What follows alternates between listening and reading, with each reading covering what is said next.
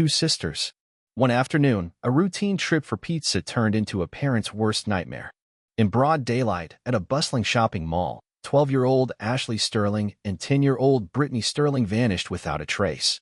There was no scream, no shred of evidence left behind. Their family lived tormented by unresolved questions until, 38 years later, a chilling discovery was made. In the spring of 1975, Bethesda, Maryland, embodied everything Americans envisioned as an idyllic suburb. Tree-lined streets stretched through neighborhoods where children played carefree on bicycles. Neighbors knew each other by name, and parents' only serious concern was whether their kids would track dirt into the house after playing outdoors. On Oak Street, one house stood out not for its appearance, but for the atmosphere of warmth and love that emanated from within. David Sterling's voice was recognizable to thousands of Washington, D.C. residents who tuned into his radio station daily. His melodic timbre made him a recognized local celebrity. But when he walked through his front door each evening, he wasn't just a broadcaster, he was simply Dad. Michelle Sterling masterfully managed the delicate art of running a household that never slowed its pace, raising 4 children with a 6-year age difference. Each day brought new challenges, exciting adventures, and moments that would later become cherished memories. 15-year-old Justin Sterling was navigating the desire for independence while striving to be a pillar of support for his younger siblings. 9-year-old Cody Sterling, the youngest, possessed an unquenchable thirst for knowledge about everything around him. However, it was the two girls who were the heart and soul of the Sterling family dynamic. Ashley Sterling, at 12, was already beginning to show traits of the young woman she was becoming, yet she retained an innocent, childlike curiosity. Brittany Sterling, 10, had a vibrant personality. As March 1975 arrived, the Sterling home was abuzz with anticipation for reasons that literally had both girls bouncing with excitement. Their birthdays were approaching. Ashley Sterling was about to turn 13, officially entering her teenage years, while Brittany Sterling eagerly anticipated her 11th birthday. The Sterling family embodied the American dream in its purest form. Their concerns were typical: good grades, chores, upcoming holidays, and the usual challenges of raising 4 active children in suburban Maryland. But on March 25, 1975, a clear and sunny day, none of them could have imagined that this perfect family portrait was about to be shattered in a way that would haunt them for the rest of their lives. March 25, 1975, began like any other Tuesday morning during spring break. The Sterling family woke up leisurely around 10 a.m., with no school to rush to and no pressing homework deadlines. The weather was beautiful, as if specifically designed for suburban youth to go outside and fully enjoy their carefree freedom. Michelle Sterling bustled around the kitchen, preparing breakfast, and listened to her children's lively conversations as they discussed their plans for the day. Justin Sterling, having reached the age where peer company became far more appealing than traditional family entertainment, announced his firm intention to head to the local basketball court. He knew other teenagers were already there or would soon arrive, ready for competitive games. The spring warmth made outdoor activities truly irresistible, and basketball had become a genuine passion for him in these formative years. Cody Sterling, his younger brother, enthusiastically agreed to join Justin, hoping perhaps to learn new moves and improve his skills on the court. While the boys finalized their plans, Ashley Sterling and Brittany Sterling exchanged meaningful glances that clearly conveyed their own, entirely different shared intentions. If basketball beckoned their brothers, the sisters had completely different ideas about how to spend their free day. Their conversation naturally shifted to Springfield Mall, a place that, as they grew older, became increasingly alluring to them. The prospect of leisurely exploring the numerous stores, admiring the vibrant Easter displays that had begun to appear in boutique windows, and perhaps coincidentally meeting classmates, made the mall incredibly tempting. Their mother, Michelle, overheard snippets of their conversation and smiled, noting her daughter's enthusiasm. "Why don't you go there and get some pizza?" she suggested, knowing full well how much both girls adored their rare trips to Pizza Palace, a popular pizzeria located in the mall. Brittany Sterling laughed cheerfully and immediately joked that pizza seemed to have gotten more expensive. Each girl received approximately $2, an amount that seemed quite substantial for children accustomed to meticulously budgeting their allowance. Indeed, in 1975, $2 could buy a perfectly decent lunch, with enough left over for small purchases or sweets. The most important instruction, however, was delivered with absolute clarity. Both girls were to be home no later than 4 p.m. This curfew was non-negotiable, and Michelle particularly emphasized its unwavering importance. The girls dutifully agreed to the time limit. As the clock approached 11 a.m., the Sterling children began to disperse to their planned destinations. The sun generously bathed the streets in light as the sisters set off for Springfield Mall. The two girls, chatting and laughing animatedly, walked along the familiar streets of their neighborhood. However, within the walls of that shopping center, something sinister awaited them. Something that would transform this unremarkable spring day into the starting point of a nightmare that would relentlessly haunt their family for decades. The sisters arrived at Springfield Mall sometime just before 1 p.m. They entered the building, which at that moment seemed to them like an ordinary Tuesday in Maryland's busiest suburban mall. The entire complex buzzed with the usual mix of patrons. There were families with children, groups of teenagers, and numerous shoppers leisurely browsing store windows or dining in various restaurants. But this seemingly unremarkable day was about to turn into something extraordinary, and tragically so. Exactly at 1 p.m., a neighborhood boy who knew both sisters well witnessed an event that would later acquire immense significance. He later recalled seeing Brittany Sterling and Ashley Sterling sitting on a bench near Pizza Palace. An unknown man was talking to them. This was not just a random passerby. The man exuded an air of trustworthiness. He was about 6 feet tall and dressed in an elegant brown suit. He appeared well-groomed and neat, like a successful businessman or someone in an important position. His entire demeanor practically screamed, safe adult. However, the man held a briefcase, and inside that briefcase was a tape recorder. In 1975, such equipment was considered quite expensive and not readily available to everyone. The man opened his briefcase and took out the tape recorder with a microphone attached. He addressed Brittany Sterling, Ashley Sterling, and other children who had approached out of curiosity, telling them he worked for a radio station. He explained that he was recording people's voices to broadcast them on the radio. He presented it so engagingly that the children got the impression they would become real celebrities, and their friends would surely hear their voices on the radio. This story perfectly aligned with the Sterling sisters' understanding. Their father worked at a radio station, so they understood how broadcasting worked. The man's story seemed absolutely truthful to them. The neighborhood boy watched as Brittany Sterling and Ashley Sterling took turns speaking into the stranger's microphone. Other children also joined in, all excited by the chance to be on air. The girls smiled and laughed, speaking into the microphone, genuinely believing they were participating in something extraordinary. The observing boy noticed that the man had a slight limp. It wasn't immediately obvious, but upon closer inspection, it was discernible. This detail seemed insignificant at the time, but it would later play an important role in the investigation. Around 2 p.m., the girl's brother, Justin Sterling, arrived at the mall to buy a kite. As he walked through the central plaza, he happened to glance into the window of Pizza Palace and saw his sisters inside. Brittany Sterling and Ashley Sterling were sitting at a table, eating pizza and chatting animatedly with each other. They looked completely natural and happy. They were laughing and pointing at people passing by, as they always did when they were together. Justin Sterling did not approach them, wanting to give them some time alone. This moment was crucially important, as it indicated that after talking to the man with the tape recorder, the girls continued with their original plan, to eat pizza. Whatever happened with that man, it did not prevent them from doing what they came for. They appeared calm and unconcerned. However, there was another individual present at the mall that day whose behavior was far more overtly threatening. As Tiffany and her friends were browsing stores, they noticed a creepy young man relentlessly following them. This second suspect was completely unlike the well-dressed man with the tape recorder. This guy was significantly younger, perhaps in his early 20s. He had long, disheveled hair and looked as if he completely neglected his appearance. He was about 6 feet tall, and his face was covered in severe acne. Most noticeable were the scars on his left cheek, which gave him a rough and dangerous look. His clothes were worn and cheap. He wore a Peters jacket, which was popular among some young people at the time. He stood out in such a respectable mall, as if he didn't belong there. What made this young man truly frightening was not just his appearance, but his behavior. He didn't just glance at the girls and move on, as a normal person would. Instead, he followed them through the mall, staring intently at them, making them very uncomfortable.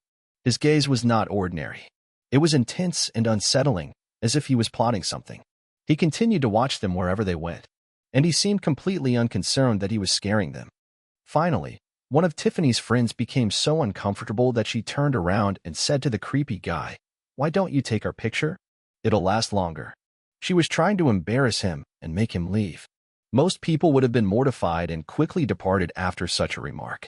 But this young man didn't care. He just kept staring and following them as if nothing had happened. What was worse, Tiffany saw this same creepy guy staring intently at Brittany Sterling and Ashley Sterling too. The same unsettling attention he gave her group, he gave to the two sisters. This connection would become very important later. Around 2:30 p.m., Brittany Sterling and Ashley Sterling were last seen. A family friend spotted both sisters walking west on the street that led from the mall back to their home. This was good news because it meant the girls had left the mall at the right time to be home by 4 p.m. The person who saw them said they looked completely normal. They were walking together and talking, as they always did. Nothing seemed wrong or frightening about their behavior. The girls were not running or looking scared. No one was chasing or following them, as far as could be seen. They simply seemed to be walking home after a fun day at the mall. But this was the last time anyone could definitively say where Brittany Sterling and Ashley Sterling were. After that moment, no one knew what happened to them. They simply vanished. And something terrible was about to unfold, and the search for Brittany Sterling and Ashley Sterling was about to begin. The clock on the Sterling family's kitchen wall showed exactly 4:00 p.m. Michelle Sterling glanced at the clock for the third time in 10 minutes. Her hands were busy preparing dinner. Brittany Sterling and Ashley Sterling should have been home by now. The girls were always punctual, especially when they knew fried chicken was on the menu. Michelle Sterling continued to cook dinner. But something felt different. The house was too quiet. Usually by this time, she would hear the front door slam, followed by the familiar sound of her daughter's voices announcing their arrival. It was past 4:15 p.m. Then 4:30 p.m. Michelle's movements in the kitchen became more deliberate, more focused. She tried to keep her hands busy while her mind raced through possibilities. Maybe they met friends at the mall. Maybe they decided to walk around longer than planned. Maybe they lost track of time. 5 p.m. arrived, and still no word from Brittany Sterling and Ashley Sterling. The fried chicken Michelle had planned to cook remained untouched in the refrigerator. Instead, she found herself pacing between the kitchen window and the front door, looking for any sign of her daughters walking down the street. 5:15 p.m. Annoyance now mingled with something else, a creeping feeling Michelle didn't want to acknowledge. She told herself she was overreacting, that the girls were fine, that they would walk through the door any minute with perfectly reasonable explanations for their delay. This wasn't like Brittany Sterling and Ashley Sterling. They didn't ignore rules. They didn't make their mother worry like this. Something was wrong, and Michelle Sterling felt it in every fiber of her being. Michelle's husband returned home from work to find his wife sitting by the phone, her face pale with worry. As she explained the situation, he saw his own fear reflected in her eyes. This was not a case of children losing track of time. This was something else entirely. David and Michelle Sterling made the phone call that changed their lives forever. They contacted the Montgomery County Police Department to report their daughters missing. It was 7 p.m. The police officer who answered their call was professional. Missing children cases, he explained, were common. Most children were found within a few hours, usually with innocent explanations for their absence. He would file a report, and patrol officers would keep an eye out for Brittany Sterling and Ashley Sterling. The official report was filed at exactly 7 p.m. on March 25, 1975. Brittany Sterling, 10, and Ashley Sterling, 12, were officially listed as missing. The search for the Sterling sisters had begun. The Sterling family immediately began their own desperate vigil. Someone was constantly by the phone, hoping for any news about the girls. Family members took turns so the phone was never unanswered, whether it was a call from the police with news, or perhaps even from Ashley Sterling and Brittany Sterling themselves. By 8 p.m., the initial police response had intensified. This was no longer just a routine missing person case. Officers conducted door-to-door searches throughout the neighborhood, knocking on doors, asking questions, and gathering any information that might provide a clue to Brittany Sterling and Ashley Sterling's whereabouts. Search dogs were brought in within the first 24 hours. These specially trained animals unerringly picked up the girls sent at the mall, confirming that Brittany Sterling and Ashley Sterling had indeed been there as suspected. The dogs confidently followed the trail, passing through the mall and out into the parking lot. But then the scent abruptly ended. The smell simply vanished, as if the girls had dissolved into thin air. The scale of the search operation rapidly expanded. What began as an investigation confined to one neighborhood now encompassed the efforts of multiple law enforcement agencies. Divers were dispatched to thoroughly search local lakes and ponds. Teams of officers navigated through the labyrinths of storm drains. Flashlight beams cut through the night's darkness, illuminating the path for those who both hoped and feared what they might discover. Vacant lots were combed inch by inch. Abandoned buildings were entered and meticulously inspected. Every potential location where two young girls could be hidden or concealed was subjected to thorough examination. The community's response was truly overwhelming. Hundreds of volunteers joined the official search operations. Neighbors who had previously barely exchanged words now worked side by side, united by the desperate hope of safely bringing Brittany Sterling and Ashley Sterling home. A reward fund was established, which rapidly grew to $9,000, a very significant sum by 1975 standards.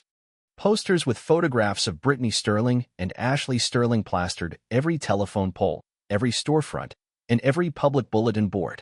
Their faces became recognizable to every resident of the area, serving as a constant reminder that two children were missing and needed to be found. Then came a phone call that was destined to torment the Sterling family in ways they could not have imagined.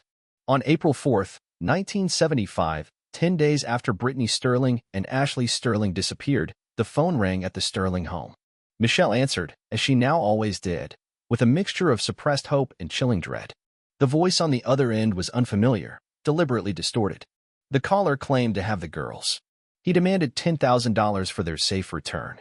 The ransom demand shocked both the family and the investigators, who by then were already monitoring all incoming calls to the Sterling home. Then followed clear instructions. The money was to be placed in a briefcase and left in a specific restroom at the Annapolis courthouse. The caller provided detailed directions, specific time requirements, and strict warnings against police involvement. The Sterling parents were willing to pay any price, to do anything, to get their daughters back. But the police faced a difficult decision. They couldn't risk $10,000 of family funds on what might be a cruel hoax. However, they also couldn't ignore the possibility that this caller genuinely held Brittany Sterling and Ashley Sterling. The compromise solution was strategic but risky. Only $11 was placed in the briefcase, arranged to appear as a much larger sum from a distance. If the caller was genuine, if he truly had the girls, the police hoped he would take the bait and lead them to Brittany Sterling and Ashley Sterling's location. The drop-off was executed in strict accordance with the instructions. Officers watched from concealed positions as the briefcase was placed in the designated restroom. Minutes stretched into hours as they waited for someone to retrieve the ransom. The phone call came several hours later. The same distorted voice, now filled with anger and accusation, said, "Too much police." The caller claimed to have spotted surveillance, identified the officers, and refused to pick up the money. The deal was off. But David Sterling was not ready to give up. If this man truly held his daughters, if there was even the slightest chance this wasn't a hoax, he needed proof. He demanded to speak to Brittany Sterling and Ashley Sterling directly. He needed to hear their voices to confirm they were alive and safe. The line went silent. Then, without another word, the caller hung up. The phone never rang again with ransom demands. The mysterious caller, whoever he was, vanished as suddenly as he appeared, leaving the Sterling family with shattered hopes and devastating questions. Had someone truly abducted their daughters? Was this caller a cruel deceiver preying on desperate parents? Were Brittany Sterling and Ashley Sterling out there somewhere, waiting to be rescued? Or was this just another dead end in an investigation that seemed to lead nowhere? As weeks turned into months, the extensive search efforts continued, but yielded nothing. The investigation generated thousands of leads, hundreds of interviews, and countless theories. But Brittany Sterling and Ashley Sterling remained missing. Their birthdays passed unnoticed. The Easter celebration they had so looked forward to never brought them joy. The birthdays their parents had planned turned into memorial services for two little girls who simply vanished during a half-mile walk home after pizza. While the Sterling family endured their worst nightmare, investigators worked around the clock, pursuing every possible lead. The case garnered national attention, and thousands of tips poured in from across the country. Some seemed promising, others led nowhere. All had to be checked. On April 6th, 11-year-old Ethan Clifford provided information that sent investigators rushing to Virginia. He claimed to have seen two girls matching the description of Brittany Sterling and Ashley Sterling in a white Pontiac driving on Route 66. According to the boy, one of the girls appeared to be crying, and there was definitely a blonde child in the back seat. Police took this report seriously because the time and location made sense. Route 66 would be a logical escape route from the Washington area, and the distressed behavior Clifford described matched what one might expect from abducted children. The very next day, another potential breakthrough occurred. A witness in Fairfax reported seeing two girls who appeared to be bound and gagged in a beige Ford station wagon. This observer was observant enough to remember part of the license plate, DMT-6, and determined they were Maryland plates, possibly from the Frederick, Hagerstown, or Baltimore areas. What made this sighting particularly credible was what happened next. The driver apparently realized he was being watched and began driving erratically. He sped through a red light and headed towards Interstate 95, clearly attempting to evade observation. Such behavior indicated that someone had something to hide. Investigators immediately began tracking all possible vehicle registrations that might match these partial numbers. They contacted motor vehicle departments in several states, conducted extensive computer searches, and checked hundreds of potential matches. The work was painstaking but absolutely necessary. Meanwhile, an unexpected group joined the search efforts. Citizens with CB radios across the Washington metropolitan area organized their own network to search for the Sterling sisters. These mobile volunteers drove for hours through different neighborhoods, maintaining constant radio contact and checking any suspicious sightings. CB radio operators took their mission seriously, coordinating searches in parking lots, shopping malls, and residential areas where the girls might be held. Their dedication was admirable. But despite thousands of hours of volunteer work, they found nothing that could advance the investigation. By May 23, 1975, the case had gained such notoriety that Lieutenant Governor Blair Lee made an unprecedented decision. He ordered 122 National Guard troops to conduct a systematic search of the wooded areas of Montgomery County. These were not amateur volunteers or weekend searchers. On the contrary, this was highly trained military personnel, employing professional search methods to thoroughly comb thousands of acres of woodland. They were proficient in grid search patterns, evidence preservation principles, and methods for meticulously covering the surveyed terrain.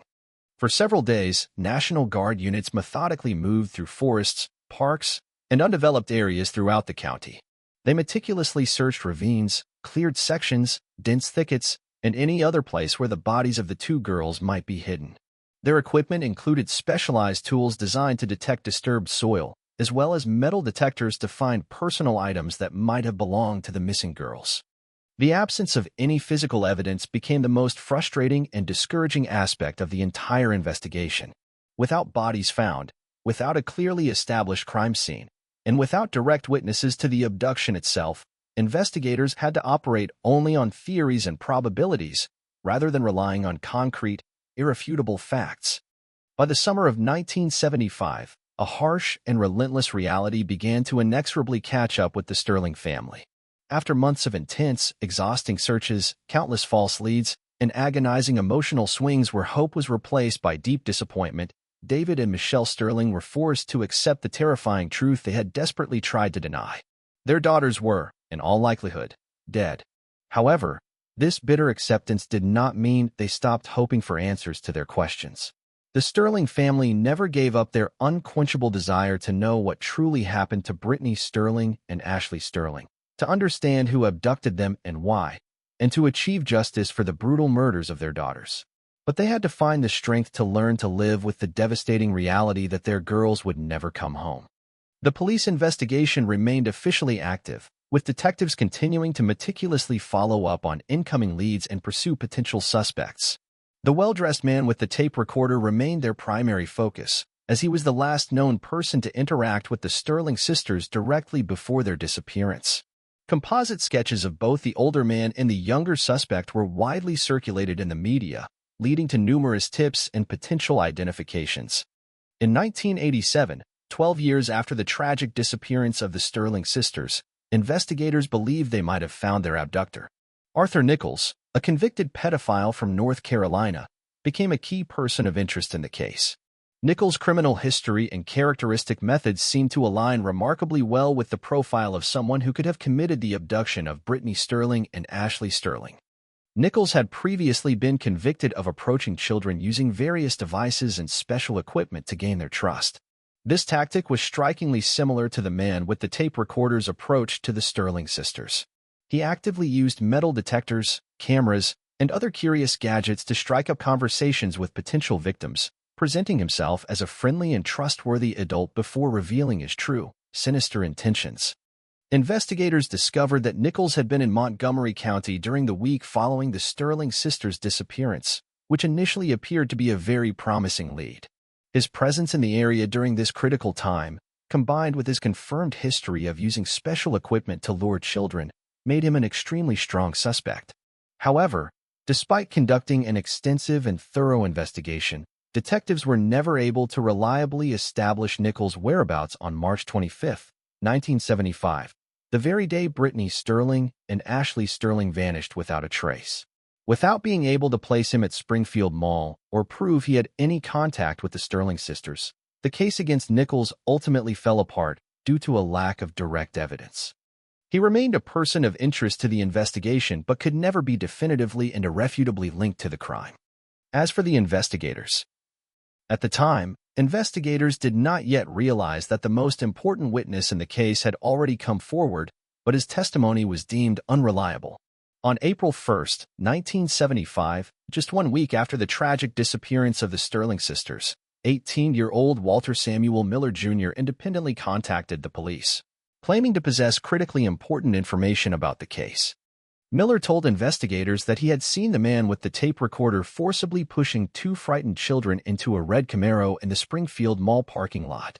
Miller's testimony seemed potentially significant, as he claimed to have witnessed the abduction itself. However, when police administered a polygraph test, Miller completely failed the lie detector test. His physiological responses indicated deception, leading investigators to conclude that he was lying about what he saw. Detectives suspected that Miller had fabricated his story in hopes of claiming the $9,000 reward that the Sterling family had offered for information leading to the safe return of their daughters. False witnesses, motivated by money, were a common occurrence in high-profile missing persons cases. Miller's failed polygraph seemed to confirm that he was just another opportunist trying to profit from the family's tragedy. Miller was released and dismissed as an unreliable witness. His testimony was reduced to a single page in the case file, simply marked "Polygraph Lied," and archived in the vast mountain of documents that the Sterling investigation generated over months of intense work. This one-page report lay in the archives for nearly 4 decades, forgotten by investigators and ignored by anyone who might review the case materials. Walter Miller's name faded from active consideration, and he sank into obscurity as the investigation moved on, pursuing other leads and suspects. But sometimes the most important clues are hidden in plain sight, waiting decades to be rediscovered by fresh eyes and new perspectives. Walter Miller was dismissed and forgotten, but his story was far from over. By 2013, almost 4 decades had passed since Brittany Sterling and Ashley Sterling disappeared from Springfield Mall. The original investigators had either retired or passed away, and the case had become a historical footnote, one of those tragic mysteries that seemed destined to remain unsolved forever. However, the Montgomery County Police Department made a decision that changed everything. They assigned this cold case to Detective Miles Corbin, a detective known for his methodical approach and refusal to admit defeat. Corbin's task was daunting: to review every piece of evidence, every witness statement, and every lead that had been explored over nearly 40 years. The case files had grown to several boxes, containing thousands of documents, photographs, and records. Most investigators might have been overwhelmed by the sheer volume of material, but Corbin approached the task systematically. He began reading every report, no matter how insignificant it seemed at the time it was filed. Deep in the archives, Corbin discovered something that stunned him.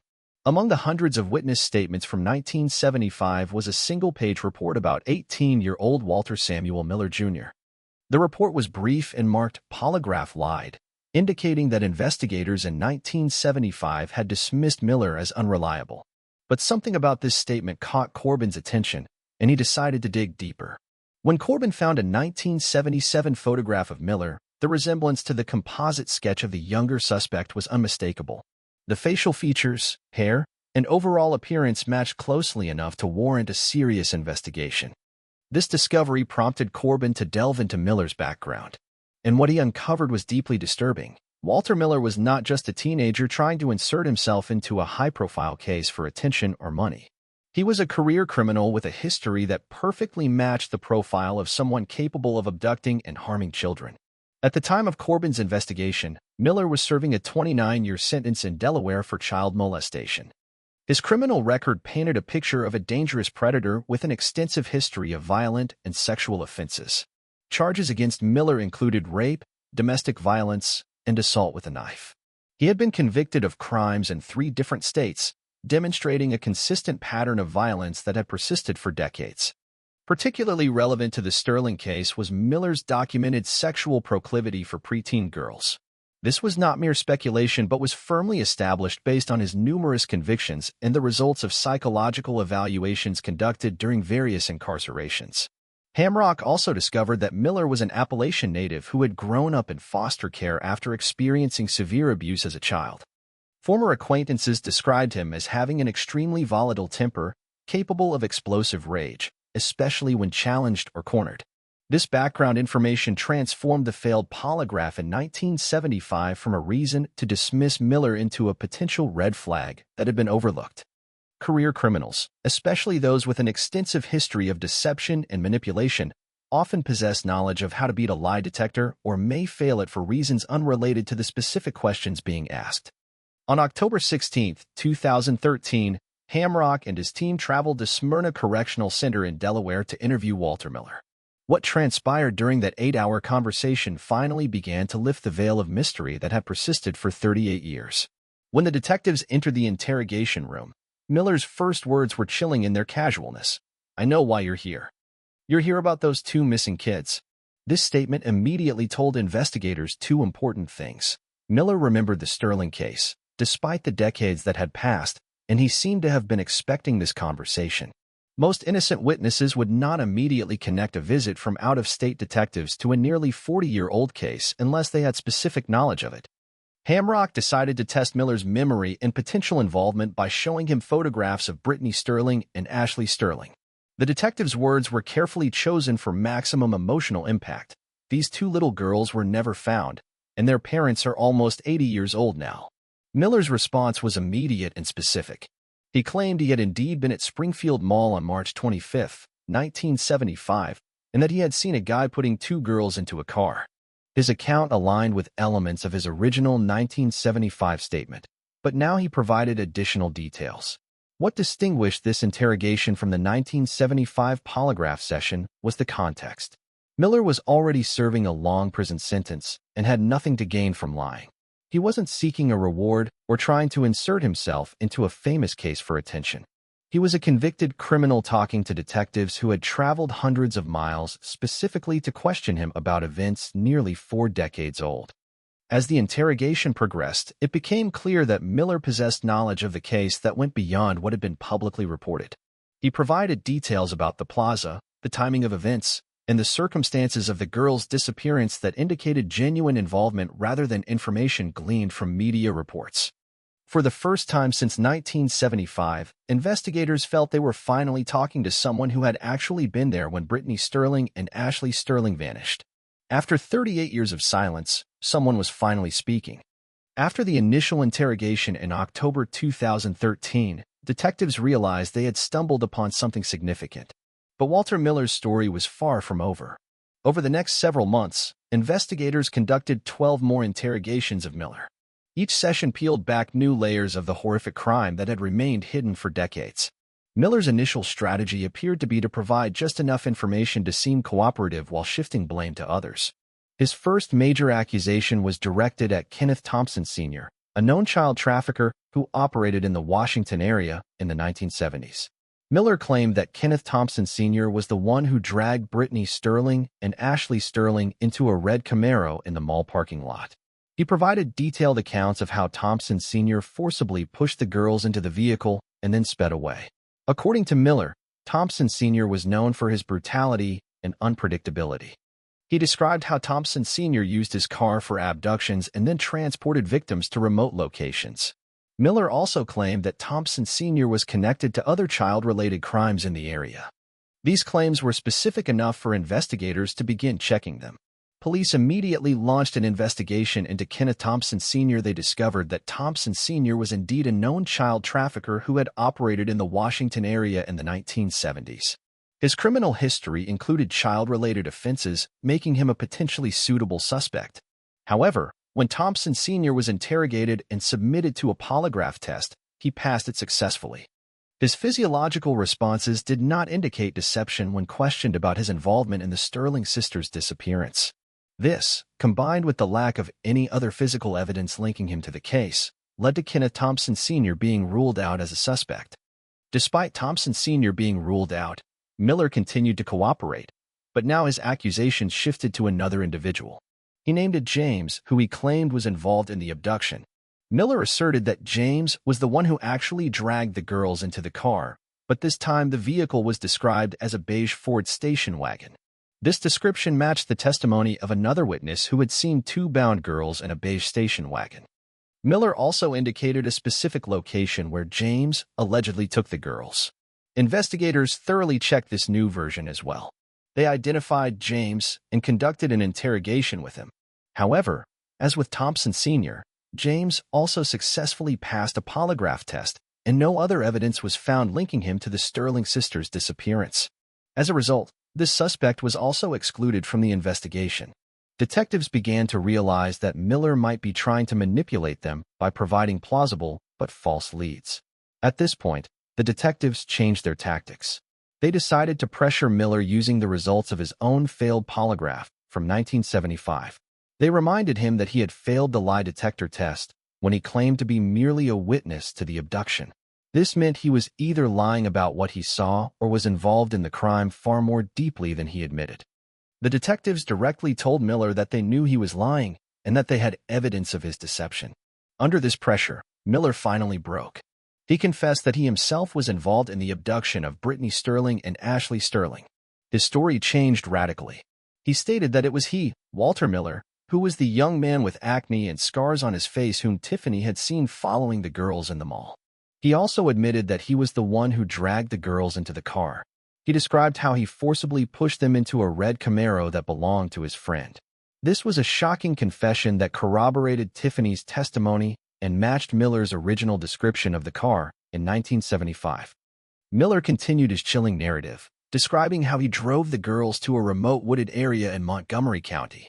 There, in the wilderness, he committed the horrific crimes that led to their deaths. He recounted that after the murders, he buried the bodies of Brittany Sterling and Ashley Sterling in shallow graves, attempting to conceal the traces of his crime. He even pointed to a specific location where he claimed the bodies were buried. Miller's confession was the breakthrough that had been awaited for decades. It confirmed that he was not merely a witness, but an active participant in the abduction and murder. However, one important question remained. Was Miller the sole perpetrator, or was the man with the tape recorder, who was seen with the girls earlier, also involved in their disappearance? The investigation continued to find answers to these last, agonizing questions. According to Miller's early statements, Thompson was the true culprit in the abduction and murder of the Sterling sisters. Miller claimed he witnessed Thompson taking the girls, but was too afraid to come forward at the time due to threats to his own safety. This version of events painted Miller as an unwilling witness rather than an active participant. He described how the girls were taken to Thompson's residence, where they were allegedly drugged, molested, and ultimately killed. Kenneth Thompson Sr., born in 1936, a resident of Suitland, Maryland, lived approximately 10 miles from the Sterling family in 1975 at the time of the sisters' disappearance. Thompson had been convicted of murdering his 35-year-old wife, Teresa Thompson, and 17-year-old son, Kenneth Thompson Jr., in November 1977, as well as wounding his younger son after a violent family dispute. He was convicted and sentenced to 40 years in prison for these crimes. Contemporary eyewitness accounts of the man with the tape recorder at Springfield Mall, who was considered a likely suspect in the Sterling sisters' abduction, indicated that the man had a slight limp, as did Thompson. Furthermore, Thompson bore a strong resemblance to the composite sketch. This information, combined with Thompson's known history of child sexual abuse, had previously made him a strong contemporary suspect based on information later provided to authorities by prison informants and Thompson's own subsequent claims that he possessed knowledge regarding the sisters' abduction. which he offered to share with investigators in exchange for more favorable prison conditions. Authorities searched his former residence in early April 1982. Although no evidence was found, Thompson died in prison in 2010. However, as investigators pressed for specific details and corroborating evidence, Miller's story began to change dramatically. Details he presented as facts in one interview contradicted or altered in the next session. It became clear to seasoned interrogators, Miller was testing different versions of events to see which ones investigators would find most plausible, while simultaneously trying to minimize his own role in what had actually happened. Each interview brought new contradictions and changes to his narrative.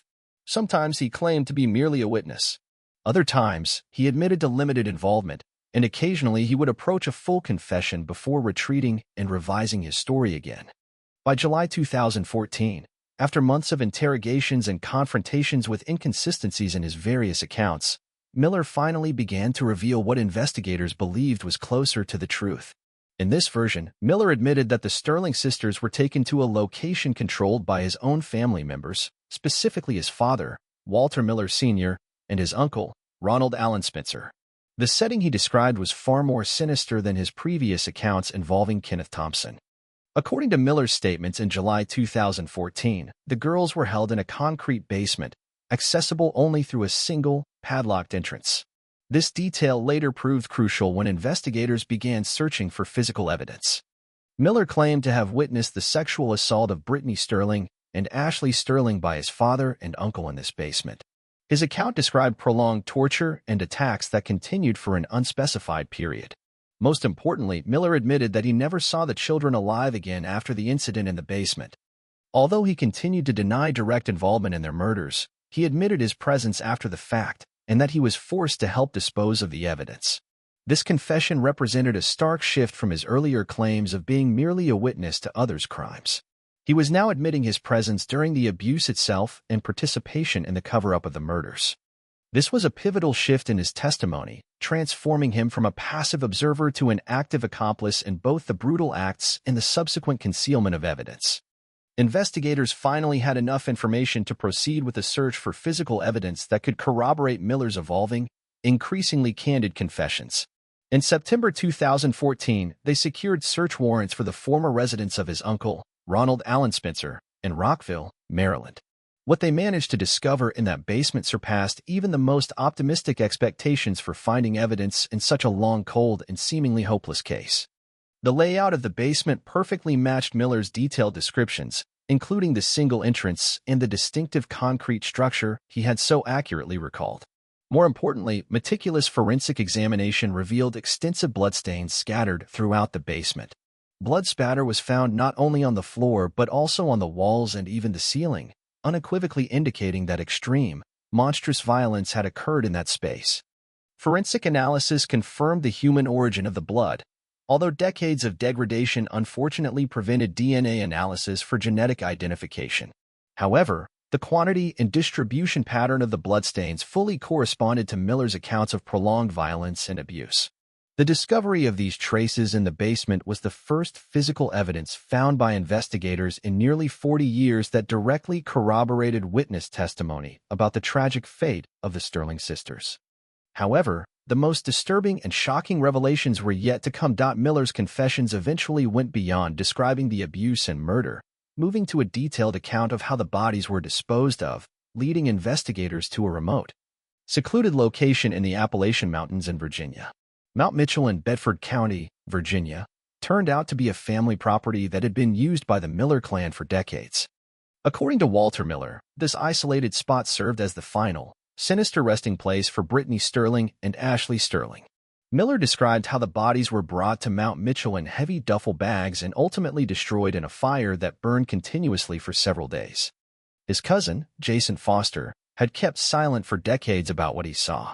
But in December 2014, almost 40 years after those horrific events, he finally broke his silence.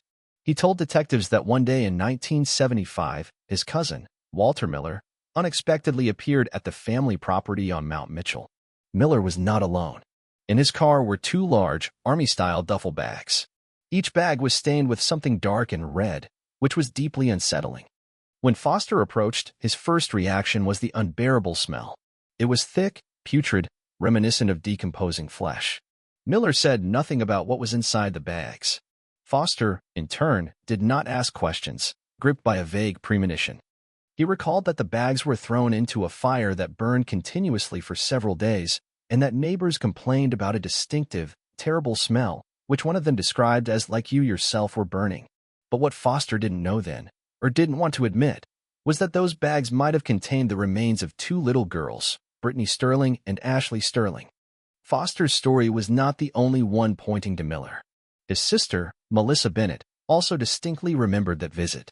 At the time, she was still a teenager. Miller arrived with his pregnant girlfriend, Rachel Monroe, and a bulging green duffel bag that emitted a terrible odor. Miller claimed the stench was from spoiled beef, trying to offer a ridiculous explanation. But something about that explanation bothered Bennett. It wasn't just the smell.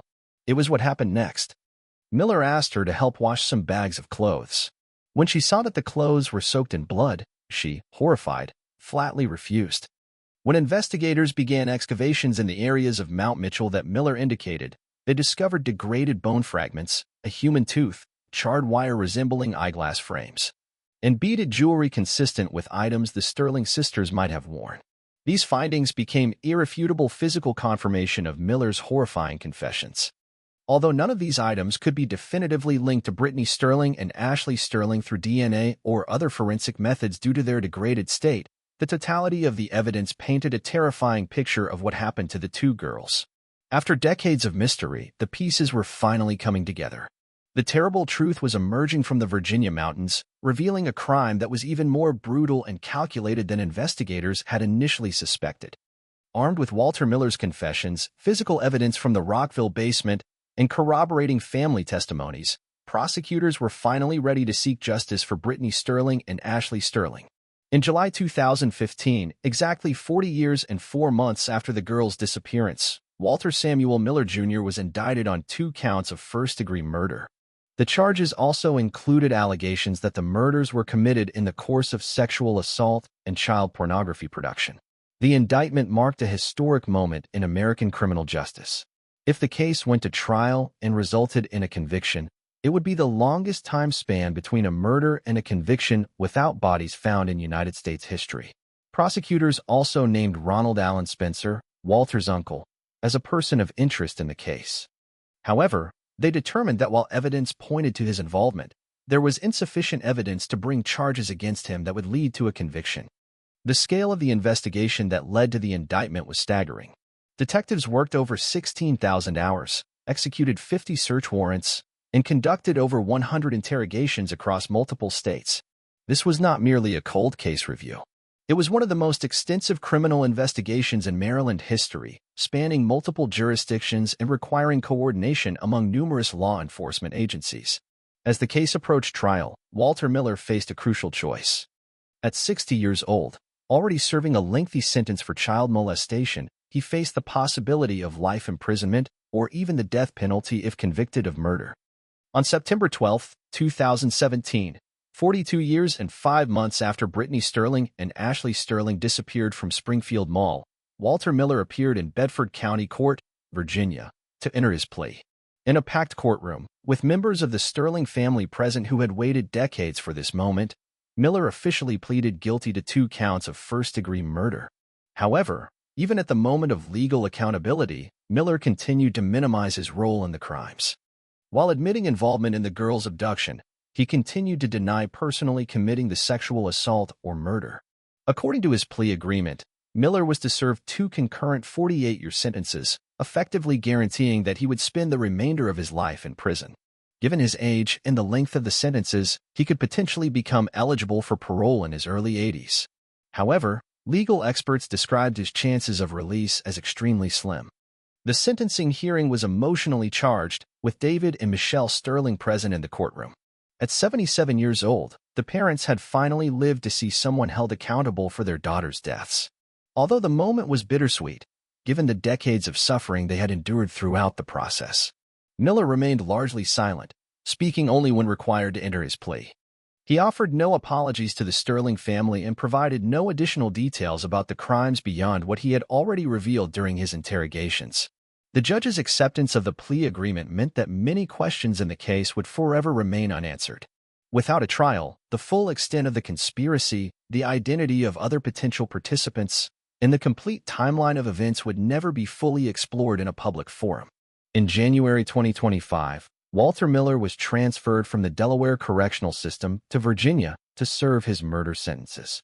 This transfer marked the official end of his time as a Delaware inmate and the beginning of what will almost certainly be his final incarceration.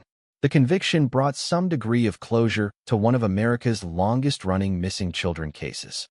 But it also highlighted the reality that justice in such old cases often comes with limitations and unresolved questions. After 42 years, someone was finally held accountable for the deaths of Brittany Sterling and Ashley Sterling. But the question remained, was Walter Miller the only person responsible for these monstrous crimes? Perhaps the most heartbreaking reality is that the remains of Brittany Sterling and Ashley Sterling were never found, despite extensive searches on Mount Mitchell and the discovery of bone fragments and other potential evidence. This means that David and Michelle Sterling, now in their 80s, were never able to give their daughters a proper burial or have a place to visit and remember them. The absence of recovered remains continues to be a source of constant pain for the family.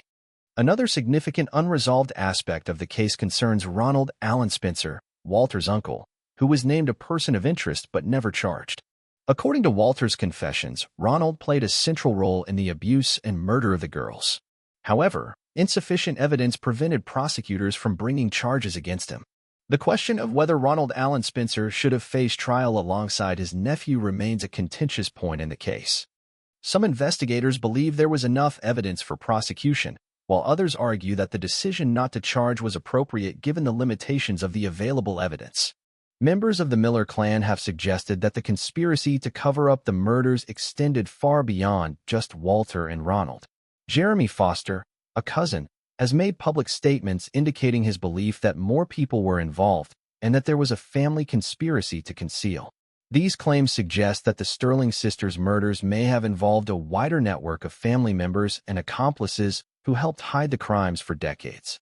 However, with many potential witnesses now deceased and others unwilling to come forward, the full extent of the conspiracy may never be known. Despite these unresolved questions, the Sterling family expressed gratitude for the resolution the case did receive. In a statement after Miller's conviction, David Sterling simply said, "We just want to say thank you. It's been a long time." The family's thanks were particularly directed at the cold case detectives who refused to give up on finding answers, even when the case seemed hopeless. Detective Miles Corbin and his team accomplished what many considered impossible, solving a 40-year-old murder case with no bodies and limited physical evidence. The Sterling sisters case has had a lasting impact on American law enforcement and child safety protocols. The National Center for Missing and Exploited Children cited the investigative work as unprecedented and praised the methods used to finally solve the case. The case also represents a turning point in the history of Maryland's suburbs. The tragic disappearance of Brittany Sterling and Ashley Sterling in 1975 irrevocably eroded the deeply ingrained sense of security that was so characteristic of peaceful and affluent communities like Wheaton, fundamentally altering parents' very perception of their children's safety and security. At the same time, this case serves as a harsh and sobering reminder of the inherent limitations within the justice system. Although Walter Miller was eventually held accountable for his monstrous crimes, the colossal delay in solving this case meant that other potential perpetrators may have escaped deserved justice. Valuable evidence was irrevocably lost or degraded, and key witnesses passed away without ever being questioned. Brittany Sterling and Ashley Sterling were just two innocent little girls whose only desires that fateful day were to enjoy pizza and admire the vibrant Easter displays at their local mall. Their sudden and inexplicable disappearance forever changed our collective understanding of child safety, the hidden dangers of strangers, and the evil that can lurk even in the most mundane and seemingly secure places.